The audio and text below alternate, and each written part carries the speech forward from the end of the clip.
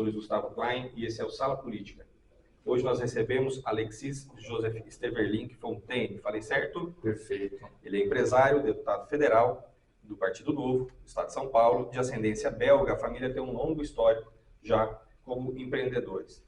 Alexis, é um prazer te receber aqui, agradeço a você ter aceito o nosso convite de conversar conosco. E é uma tradição no nosso programa, sempre que é a primeira vez que a pessoa vem ser entrevistada, nós perguntarmos o que fez, o que ele viu na política e o que o fez a política brilhar os olhos, ele brilhar os olhos para a política, perdão, para que ele sentisse que poderia ser útil na política e pudesse ajudar o seu próximo. Luiz Gustavo, obrigado pelo convite aqui no Sala Política. O que me levou efetivamente para a política foi a indignação, o escárnio da classe política com aquele que acorda cedo, rala o dia todo, né, trabalha o dia todo, de sol a sol, quando no final do dia ele senta no seu sofá para poder assistir os noticiários, ele vê um grupo que são os líderes, aqueles que foram eleitos, que não representa ele. Ele fala, quem é essa gente? Era a corrupção, era os desvios, a incompetência na administração pública, é você pagar impostos e não ver nenhum retorno. E ter a certeza de que está sendo roubado. Então, eu realmente fiquei muito indignado. Eu sou uma pessoa que começou do nada, trabalhando a partir de uma rescisão trabalhista que eu tinha na ROD, comprei um terrenozinho em Sumaré e mais uma Kombi, e você fazendo toda essa conquista e percebendo que parece que você é o grande otário do Brasil. E aí, eu, em um determinado momento, comecei a fazer vídeos de como é difícil empreender no Brasil. Entenda como é difícil empreender no Brasil. Isso está até hoje, número 1 no Google, se você colocasse a ver esses vídeos, em que eu fazia quase que um desabafo como empresário, como cidadão, dizendo que não era possível mais que o Estado brasileiro atrapalhasse tanto aquele que quer tentar arriscar, gerar emprego, ser um empreendedor. Então foi essa somatória que acabou me levando para a política, obviamente conhecendo o Partido Novo, que era uma plataforma nova, inovadora naquele momento. Nos vídeos você já tinha essa aspiração ou não? Foi depois do Não, nenhuma. Na verdade, os vídeos foi um desabafo. Eu fui desabafando, só que como eu tive muitos retornos, eu ficava lendo todos os comentários, eu percebi que eu não estava sozinho nessa briga. Havia muita gente que também estava indignada. Muita gente disse, esse é o meu problema também, acontece a mesma coisa comigo. E aí eu comecei a perceber que eu era uma voz, eu era o Mr. M do empreendedorismo, mostrando o problema de fluxo de caixa, o problema de pagar imposto, o problema da folha de pagamento, o problema do excesso de regulamentação, problemas de contabilidade. Eu fiz uma série de vídeos mostrando cálculos tributários, como é que tinha um produto no Brasil, tinha vários preços conforme a origem, o destino e o que vai ser feito no destino com aquele produto. Então eu fui mostrando e expondo as vísceras do que é a loucura que é ser empreendedor no Brasil. É o manicômio tributário, né? É o manicômio. O Luiz Carlos Rabi fala de manicômio tributário, mas eu falo, Luiz, você está errado. Porque o manicômio é onde o cara já está louco, ele vai. Eu diria que o sistema tributário é uma fábrica de loucos. Então nós temos que pensar numa forma pior ainda, que é antes de chegar no manicômio. Dizem que se você compra uma bolacha, a tributação é uma, um chocolate é outra, uma bolacha com chocolate é uma terceira, que ninguém sabe muito bem como que é a regra. Mas, Alexis, eu gostaria de puxar um assunto com você sobre esse período tão difícil que foi, principalmente para os empreendedores, que foi o período pandemia, né? Você teve duas ações especiais nesse sentido, que foi a respeito de viabilizar para muitas pessoas que não tinham acesso o álcool a 70% e também doação de parte do seu salário para algumas famílias que estavam mais necessitadas. Você pode contar um pouco para a gente? O que aconteceu foi o seguinte, bateu a pandemia, lockdown, não tinha mais Congresso Nacional, eles estavam adaptando o sistema para poder fazer votações remotas, poder aprovar uma série de matérias importantes para poder viabilizar o combate à pandemia e salvar a economia, né, a questão de empresas. Então eu estava de novo na minha fábrica, eu tenho uma fábrica em Sumaré, eu fabrico revestimentos epóxi e poliuretano, ou seja, eu tenho licenças para trabalhar com produtos perigosos, eu tenho a possibilidade, tenho a infraestrutura para isso. E eu fiquei sabendo que a União das Indústrias de Cana-de-Açúcar, estava doando 1 milhão de litros de álcool 70. Liguei para o presidente, o Evandro, e falei, Evandro, como que eu posso ajudar? Ele falou, você pode ajudar fracionando isso, porque nós vamos chegar em grandes carretas de 20, 30 mil litros, e eu preciso que alguém transforme isso em fracionar em bombonas de 5, 10 litros. Falei, deixa comigo. Montei uma estrutura para receber o álcool, 2 linhas de envase e acabei fazendo uma campanha, botei meu dinheiro também para comprar embalagens, mas fiz uma campanha de doação de embalagem, muitos empresários da região que ajudaram, foi fantástico, tá certo? Em Plaza, a Bomix, a Ihara, a Jacto, muitas empresas doaram essas embalagens. Com essas embalagens, a gente foi fazendo um fracionamento e tudo foi entregue para a Secretaria da Saúde do Estado de São Paulo, que, por sua vez, fez a distribuição para os hospitais, para a saúde, para tudo que tinha que ser feito. Aí vazamos 200 mil litros de álcool 70. Isso durou uns 3 meses, porque depois o álcool acabou, e aí a gente montou uma outra operação. Aí sim, como funcionário, quer dizer, como deputado, meu salário está garantido. Independentemente de pandemia, ia entrar meu salário. Eu achava que a gente tinha que contribuir também, porque muita gente estava tendo as portas fechadas, e aí eu doei 20% do meu salário para comprar cestas básicas e distribuir para as comunidades mais carentes. Foi Campinas e Sumaré, principalmente. Uma das suas bandeiras, aí você tem várias, é desburocratização, trabalho e crescimento econômico. O que você tem para falar para a gente sobre isso e aonde que o Brasil está hoje e aonde a gente pode chegar? O Brasil é um dos países mais complexos para você poder empreender. E um Brasil complexo é um Brasil que aumenta ainda mais as desigualdades sociais, porque o complexo ele é uma barreira, uma vantagem competitiva para quem tem dinheiro para contratar advogado, consultor, para poder fazer ganhar dentro daquele caos, daquelas dificuldades. E aquele que é pequeno, que não conhece aquilo, ele vai sendo eliminado porque não tem a menor chance de acontecer. Então eu tenho um dos slogans meus de campanha, por um Brasil mais simples para poder viver, empreender e incluir todo o brasileiro na sua plena cidadania. Porque quando o Brasil é complexo, ele é para poucos. A maior parte da pessoa não tem cidadania, quer dizer, não exerce a sua plena cidadania. Porque ele acaba apenas tendo obrigações de pagar impostos, mas os direitos de poder crescer e poder se dar bem na vida praticamente estão limitados. Então, minha luta é muito nesse sentido. Meu principal motivo de mandato é o que chamamos de inclusão social produtiva, que é a ideia de que todo mundo possa ganhar os seus recursos trabalhando, todo mundo possa ter possibilidade de trabalho para poder ganhar o seu e assim poder resolver a sua vida sem precisar de assistencialismo, sem precisar de programas sociais. Isso é muito baseado numa ideia de ensinar a pescar, mas também tem que ter um ambiente de pescaria. Ensinar a pescar, educação, é a parte de capacitação, é a parte de formação, aquelas coisas meio óbvias. O ambiente de pescaria tem a ver com a desburocratização, tem a ver com o governo digital, tem a ver com reforma tributária, tem a ver com a descomplicação de normas, a ver a redução do custo do Brasil, o Brasil mais competitivo. Somatória desses dois, a gente gera emprego e aí a gente inclui todo mundo. E é muito mais efetivo a pessoa parar de procurar um emprego e procurar empreender. Muitas vezes ela vai gerar mais empregos, inclusive, e gera riquezas, né? E isso passa exatamente por facilitar com que as pessoas entendam como fazer isso. Eu acho que é o seguinte, naturalmente todo país, toda comunidade tem aquele que quer empreender, que quer arriscar, que tem inovador, que tem uma oportunidade, que tem pessoa mais ligada, e tem a turma que não, que gostaria assim, de estar mais empregada, ter mais segurança, não quer correr risco. É da natureza, isso acontece aqui na França, nos Estados Unidos, qualquer lugar do mundo, na China e tudo mais. O que nós temos que ter é ambiente para que aquele que toma risco não seja punido pelo Estado, que ele tenha a liberdade e que o Estado até fale, vá em frente, tente, nós vamos te ajudar, porque essa pessoa, ela pode ser a nova inovadora do Brasil, como tem inovação em vários outros lugares do mundo. Ele pode ser a pessoa que pode gerar uma belíssima empresa que não vai ficar circunscrita no Brasil, mas que pode se tornar uma multinacional. A gente vê as economias crescendo no mundo. O que eu luto é que o Estado não atrapalhe quem quer gerar emprego e renda, quem quer empreender. Mais uma luta sua é a respeito das finanças públicas e reforma do sistema tributário brasileiro. Né? Eu tenho que assumir que eu sou, de certo modo, leigo, vejo de fora, mas não entendo tão bem assim. Uma dúvida que eu tenho, até você pode explicar para mim e para os telespectadores. Eu acredito que muitos dos produtos, vamos dar um exemplo, um carro, quando se reduz a carga tributária, em algum momento existe um ponto de equilíbrio onde eu vou vender mais carros e a arrecadação vai ser a mesma. Seria nesse sentido, para isso que se luta para essa reforma tributária, ter um país onde facilite para que se venda mais, produza mais, né? E nesse sentido, as finanças públicas há muito o que cortar aí. Quais seriam os caminhos para isso? Então, é uma pergunta com muitas explicações, né? A primeira questão, se eu reduzo a carga tributária, eu posso aumentar a atividade econômica, porque excesso de carga tributária inibe a atividade econômica.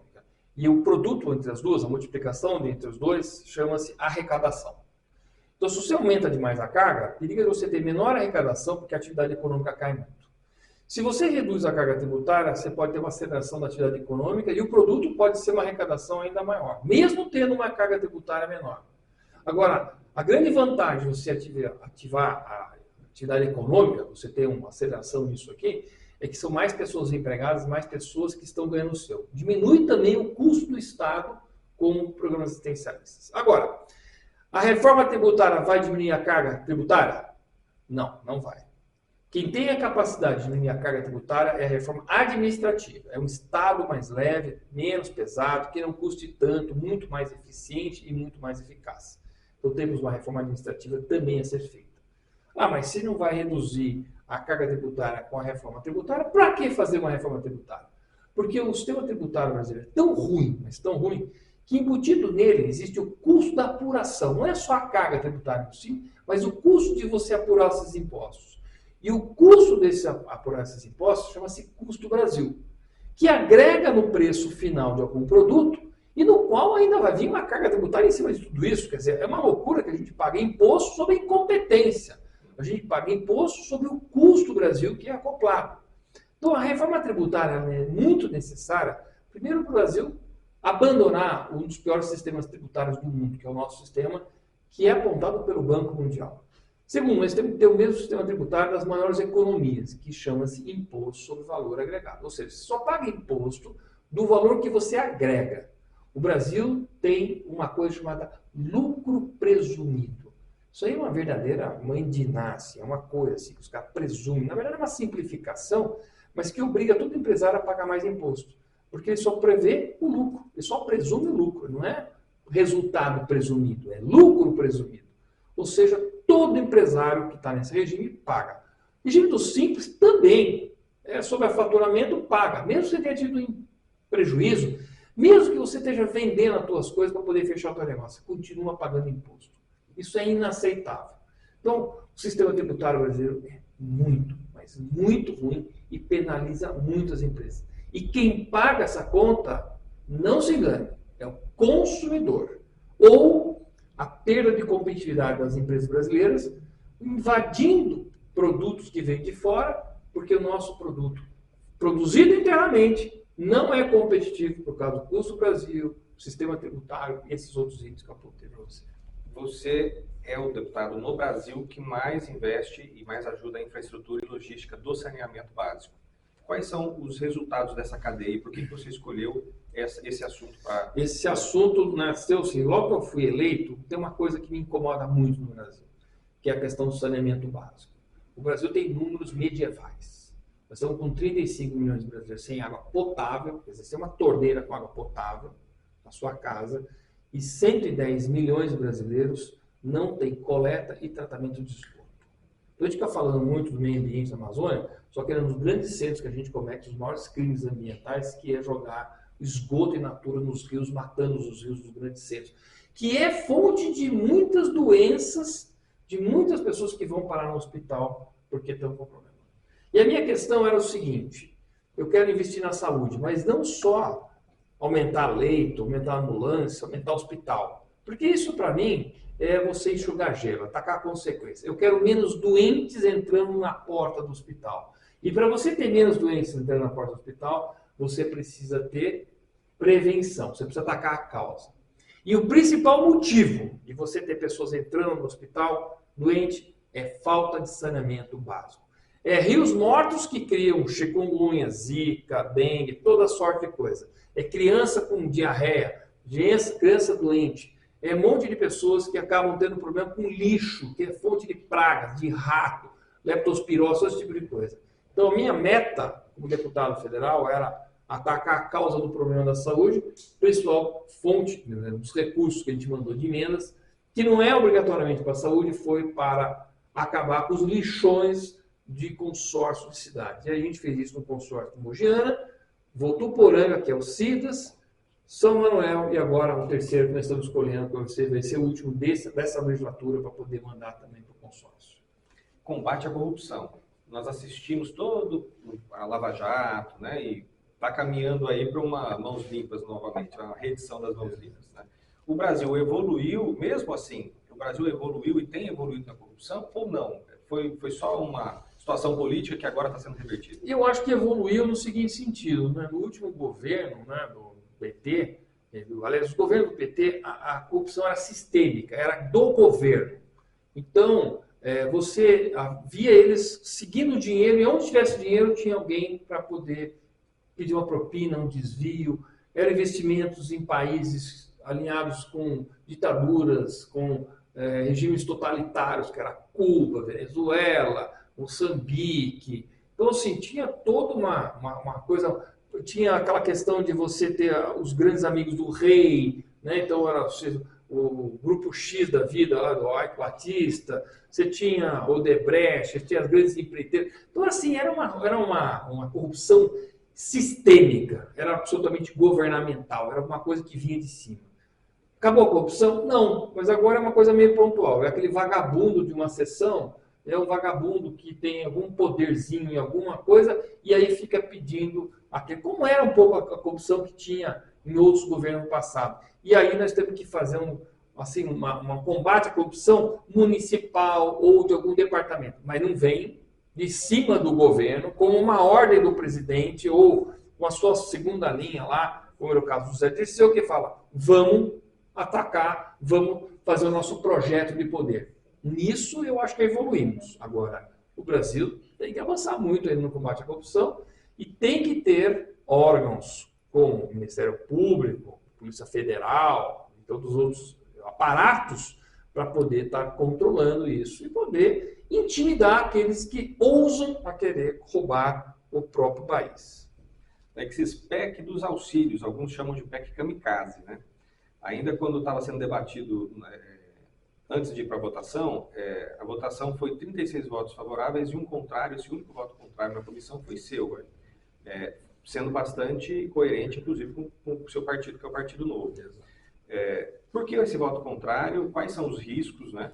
E como vai ser daqui para frente? É eleitoreiro? Qual é a sua opinião? Essa PEC, para nós, é um grande pacote populista, eleitoreira, ferindo um monte de coisa. Primeira coisa, ela feriu o regimento interno da Câmara dos Deputados quando apensou uma PEC em outra com temas completamente diferentes. Não havia nenhuma conexão temática entre os dois. Uma era uma PEC de biocombustíveis e a outra era uma PEC de auxílios para dar até o final do ano. Já não podia ter feito um enxerto. Foi um enxerto, mas um enxerto aos 45 do segundo tempo, porque quando enxertou já não dava mais período de emendamento, não dava mais tempo de fazer sugestões, não dava para fazer nem discussões, não passou pela CCJ, ou seja, já tinha um estrupício de fazer esse pensamento no momento absolutamente errado. Depois, o conteúdo da PEC, ele era um conteúdo que afronta a Constituição, né? A regra da anualidade. Você não pode subir bens e nem valores para antes, num período de um ano antes das eleições.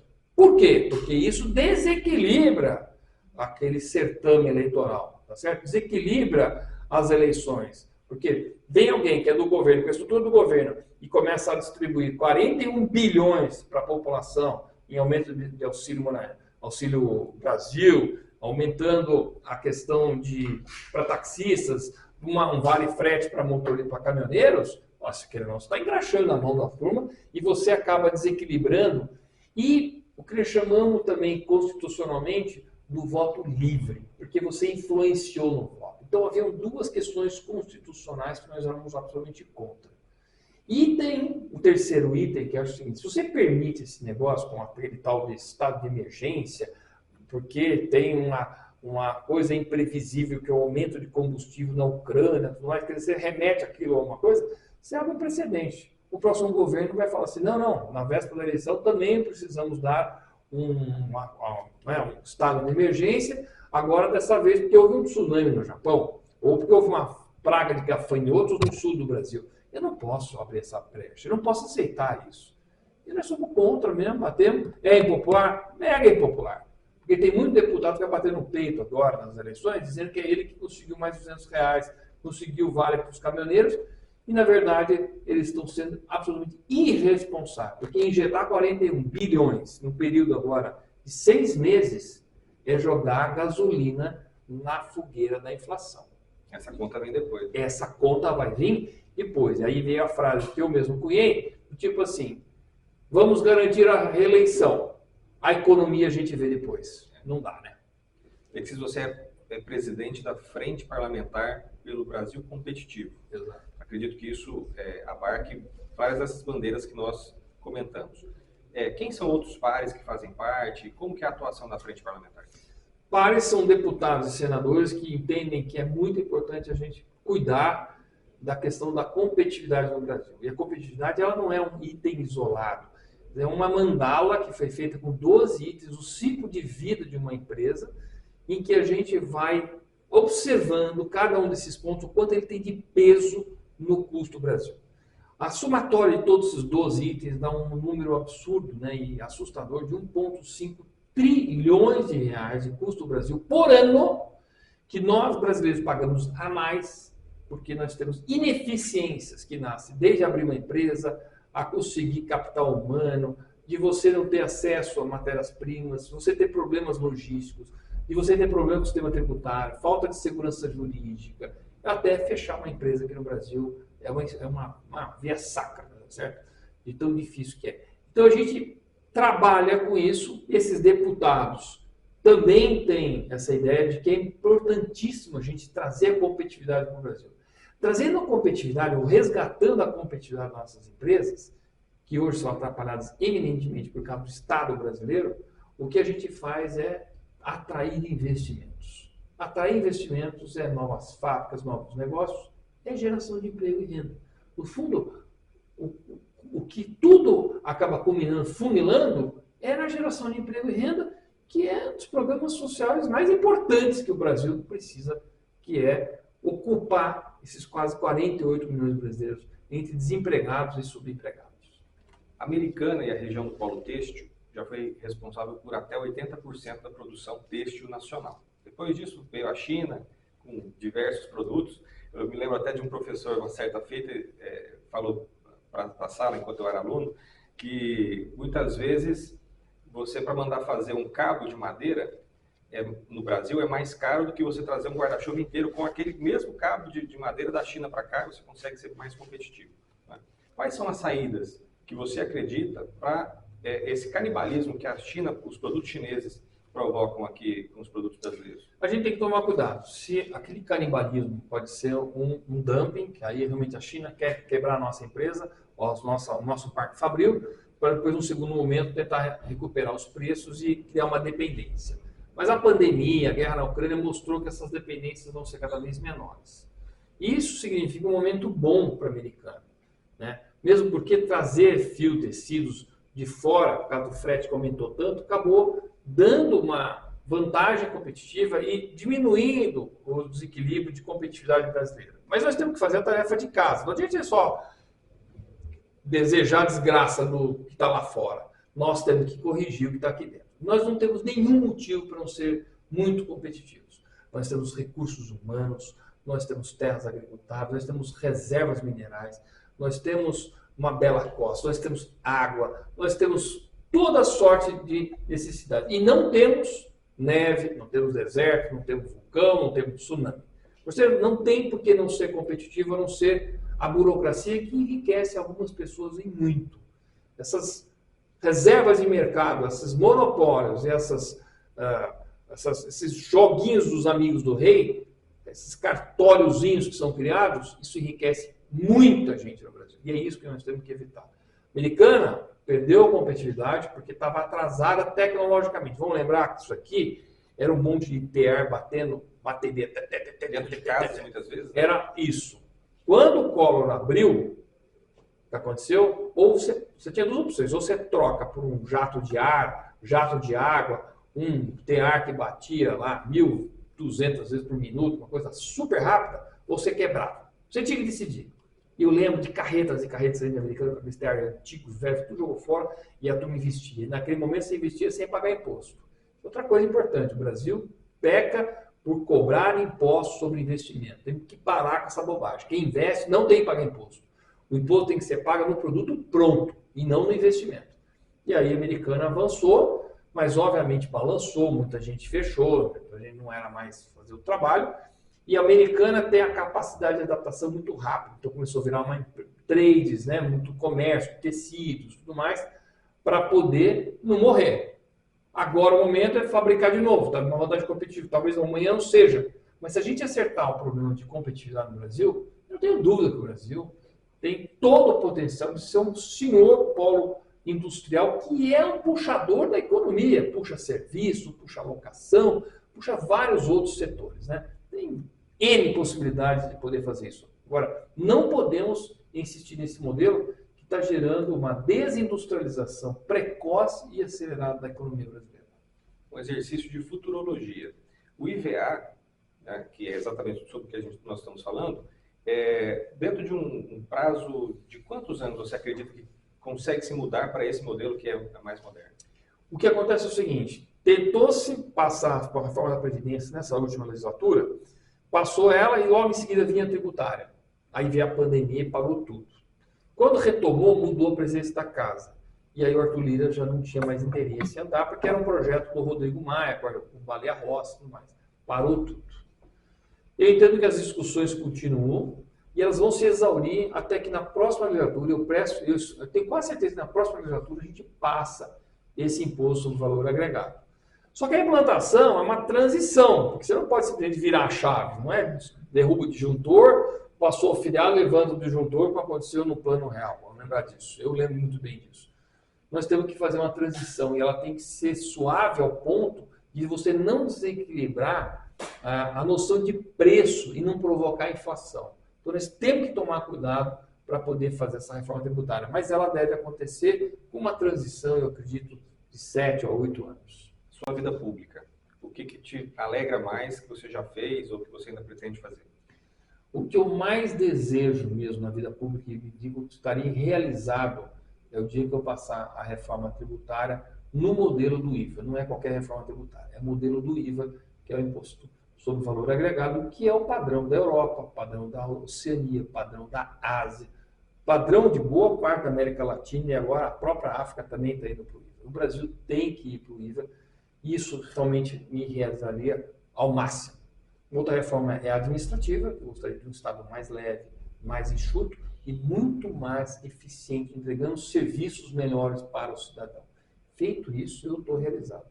O que eu me sinto realizado até agora foi de ter ajudado a passar o marco do saneamento básico, ou seja, as empresas de saneamento básico vão ter que entregar resultados ou simplesmente vão ter que desocupar, não vão poder mais ficar dando aquela enrolada, encher de gente lá dentro e que não entrega água e que não trata esgoto e não faz a coleta e tratamento dos esgotos. Então isso é uma coisa que eu fiquei muito feliz. Mas existem outros projetos que também participei bastante, o novo marco da liberdade econômica, dando mais liberdade para os empreendedores, ajudando as prefeituras.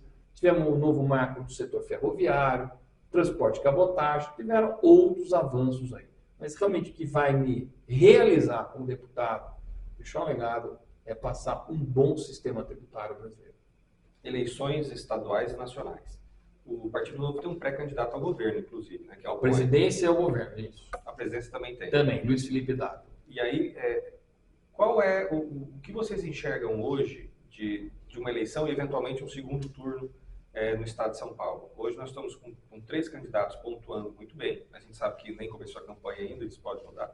Então nós temos Haddad, o Rodrigo Garcia, que é atual governador, que tem investido bastante nos municípios, isso pode alterar o cenário, né? E Tarcísio vem muito forte.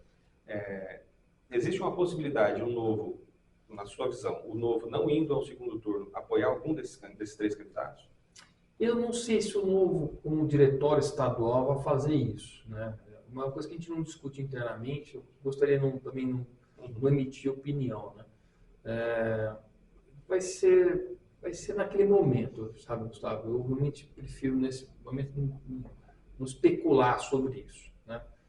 De fato, temos o nosso também pré-candidato, o Vinícius Poit, que também é uma pessoa extremamente talentosa, não está pontuando hoje nas pesquisas lá em cima, mas está no páreo e é de qualidade, né? Então, eu acho que o Estado de São Paulo, desculpe falar, mas só temos que evitar que o PT tome o governo do Estado de São Paulo. Os outros não vão trabalhar, eu vou trabalhar realmente para o Poit, para a gente poder deixar o Estado de São Paulo na mão de gente que sabe trabalhar e que trabalha, tá certo? O presidente da República, a gente tem um belíssimo candidato, também não está pontuando hoje ao que a gente gostaria, mas infelizmente nesse cenário, coisas tão polarizadas, o que a gente tinha que começar a parar de ficar olhando para essa polarização e ver uma terceira via, por mais que o pessoal fale que não existe mais, eu acho que tem que acreditar, né? Aliás, característica de empreendedor é isso, né? Ele acredita, o não existe, né?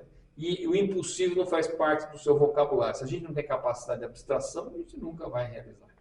Lembrando que a campanha nem começou, o próprio Bolsonaro, há alguns anos atrás, era um ilustre desconhecido do brasileiro, então as coisas mudam. Alexis, eu quero te agradecer mais uma vez por ter aceito o convite. Caso você queira dar o seu recado para o nosso telespectador, fique à vontade. Bom, obrigado novamente pelo convite aqui. Eu queria deixar para os nossos telespectadores a importância do teu voto, a tua responsabilidade nas eleições, né?